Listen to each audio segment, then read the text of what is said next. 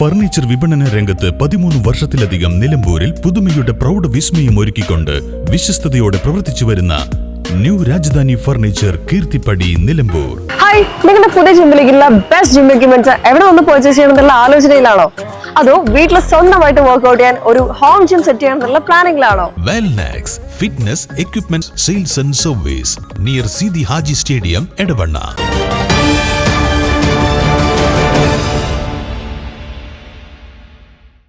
Chanthakkunnu bus stand നിർമ്മാണം special council ചേരുമെന്ന് നിലമ്പൂർ നഗരസഭാ ചെയർപേഴ്സൺ പത്മിനി ഗോപിനാഥ്.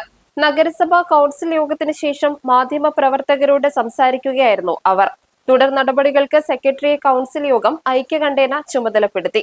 ചന്തക്കുന്ന് ബസ് സ്റ്റാൻഡുമായി ഉള്ള വിഷയമാണ് ഇന്നത്തെ ഒരു പ്രധാന അജണ്ടയായിട്ട് ചർച്ചയ്ക്കെടുത്തത്.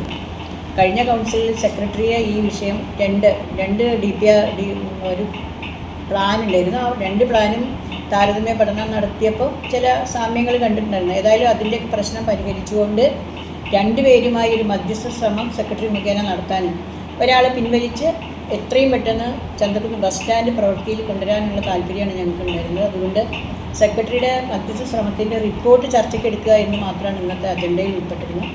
ആ മധ്യസ്ഥ ശ്രമത്തിൻ്റെ റിപ്പോർട്ട് ഇന്ന് സെക്രട്ടറി ചർച്ചയ്ക്കെടുത്തു. അത് ഞങ്ങൾ വിശദമായി ചർച്ച ചെയ്തു. ഇനി അടുത്ത് അധികം താമസിയാതെ ഒരു സ്പെഷ്യൽ കൗൺസിൽ അത് മാത്രം അജണ്ട വെച്ചുകൊണ്ട് സ്പെഷ്യൽ കൗൺസിൽ കൂടി തീരുമാനമെടുക്കുന്നതാണ്.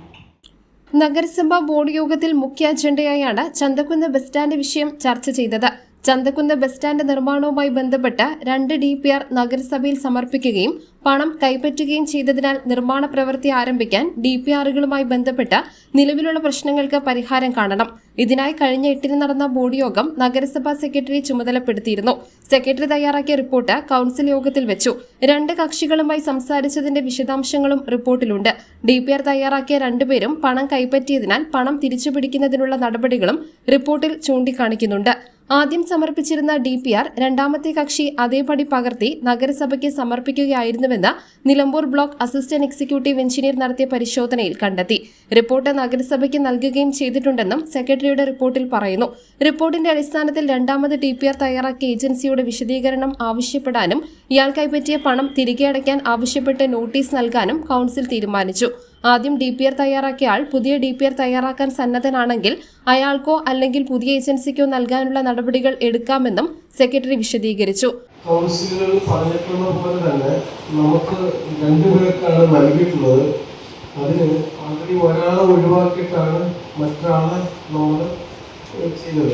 ഞാൻ ഫൈനൽ പരിശോധിച്ചപ്പോൾ മുൻപ് കൊടുത്ത സിയാദ് കേസരി എന്നിവർക്ക് കൊടുത്തത് അത് ക്യാൻസൽ ചെയ്തതായിട്ടോ അത് പ്രോപ്പറായിട്ട് നോട്ടീസ് കൊടുത്ത് ക്യാൻസൽ ചെയ്തതായിട്ടോ ഞാൻ ഫയലിൽ കണ്ടിട്ടില്ല.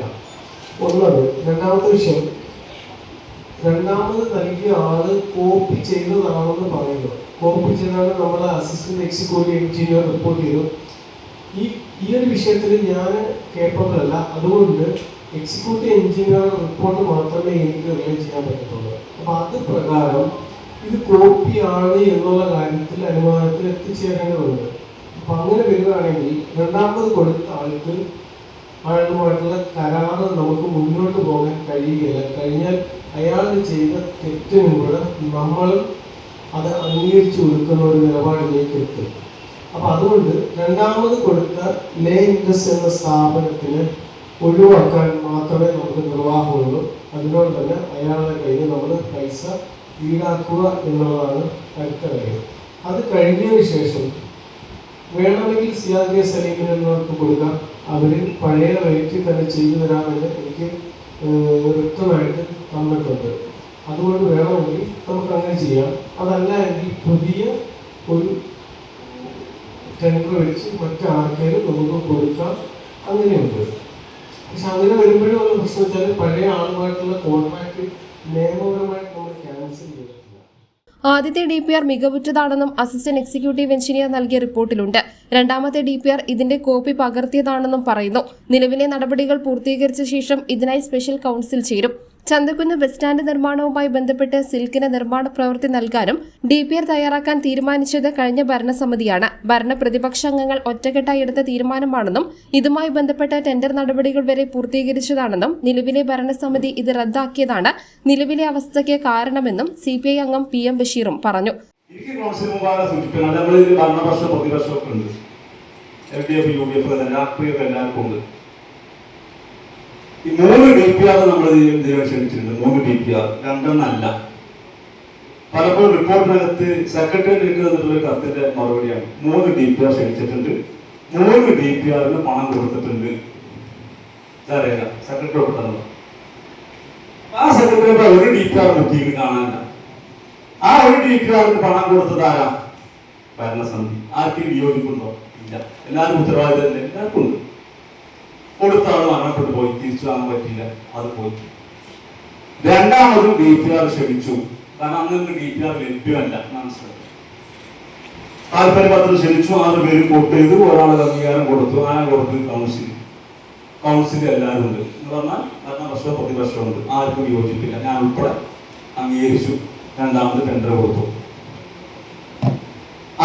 ഞാൻ മനസ്സിലാക്കുന്നത് ഈ പറയുന്ന രണ്ടാമത് ഒരു DPR കൗൺസിൽ മുമ്പാകെ സമർപ്പിച്ചിട്ടില്ല എന്നാണ് ഞാൻ മനസ്സിലാക്കുന്നത്. പക്ഷെ രേഖയിലുണ്ടെങ്കിൽ ഞാൻ അത് പിൻവലിച്ചു പോകും.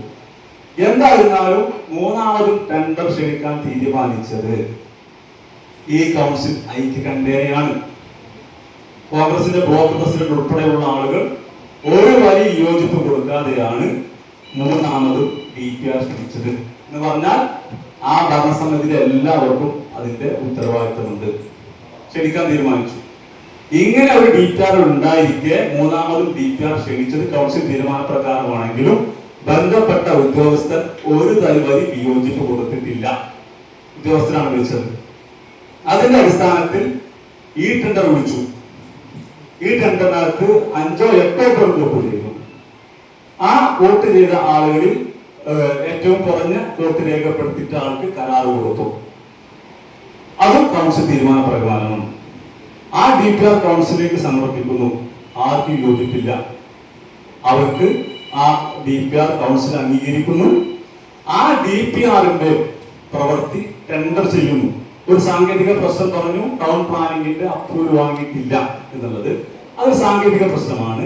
അത് തിരുത്തലുമായി ബന്ധപ്പെട്ട് ഇങ്ങോട്ട് ഫയൽ അയച്ചു എന്നാണ് മനസ്സിലാക്കുന്നത്. എന്തായിരുന്നാലും അത് ഒരു പൊതുമേഖലാ സ്ഥാപനം കരാർ ഏറ്റെടുത്തു.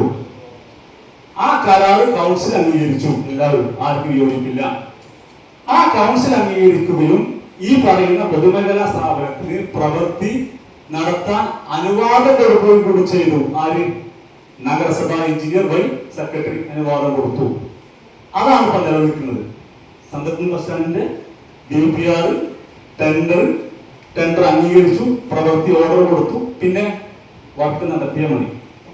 പക്ഷെ അവിടെ പ്രശ്നം വന്നു. നേരത്തെ പറഞ്ഞ പോലെ രണ്ടാമത് കരാർ എടുത്താൽ പരാതി കൊടുത്തു.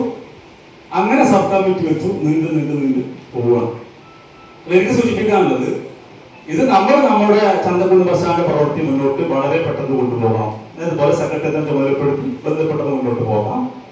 പക്ഷേ ഏതെങ്കിലും നിലക്ക് ഇതിനകത്ത് വലിയ അപാകതയോ മോഷണമോ നടന്നിട്ടുണ്ടെങ്കിൽ അത് ആ നിലക്ക് ആ സാങ്കേതികപരമായി ഇപ്പൊ ബ്ലോക്ക് എക്സിന്റെ റിപ്പോർട്ട് ഉണ്ട് എന്നാണ് പറഞ്ഞ റിപ്പോർട്ട് മുമ്പിലില്ല. ഉണ്ടെങ്കിൽ ആ റിപ്പോർട്ട് സഹിതം പരിശോധിച്ച് അതിന്മേലുള്ള നിയമ നടപടി സ്വീകരിക്കാൻ കൗൺസിൽ തയ്യാറാവുക, മുന്നോട്ട് പോവുക. പ്രവൃത്തി ഈ വിവാദങ്ങൾക്ക് ഇടപെടുത്തി പ്രവൃത്തി നിർത്തിവെക്കുന്നത്, അല്ലെങ്കിൽ നേരത്തെ ടെൻഡർ ചെയ്ത പ്രവൃത്തി ആ പ്രവൃത്തി നിർത്തിവെക്കുന്നത് അത് വലിയ കുറ്റകരമാണ്, അനാസ്ഥയാണ് ചൂണ്ടിക്കാണാൻ ആഗ്രഹിക്കുന്നത്. ചന്തക്കുന്ന് ബസ് സ്റ്റാൻഡ് നിർമ്മാണത്തിന് എല്ലാ പിന്തുണയും ഉണ്ടെന്നും അദ്ദേഹം പറഞ്ഞു. എത്രയും പെട്ടെന്ന് നിർമ്മാണം ആരംഭിക്കാനുള്ള നടപടികൾക്ക് കൌൺസിൽ പൂർണ്ണ പിന്തുണ നൽകി. Chanthakkunnu bus stand cum shopping complex യാഥാർത്ഥ്യമാക്കണമെന്ന കാര്യത്തിൽ എല്ലാവരും ഒറ്റക്കെട്ടാണ്. ഇതുമായി ബന്ധപ്പെട്ടുണ്ടാകുന്ന വിഷയങ്ങളിൽ ശക്തമായ നടപടി സ്വീകരിക്കാനും യോഗം തീരുമാനിച്ചു. നഗരസഭാ ചെയർപേഴ്സൺ പത്മിനി ഗോപിനാഥ് അധ്യക്ഷത വഹിച്ചു. News bureau, Nilambur.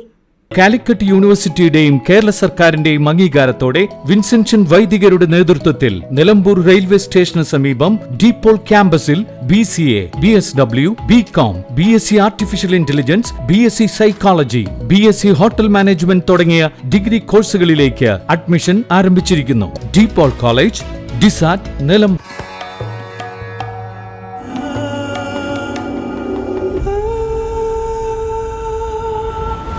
Charitra Vivag Bridal Collections by Shobhika Weddings.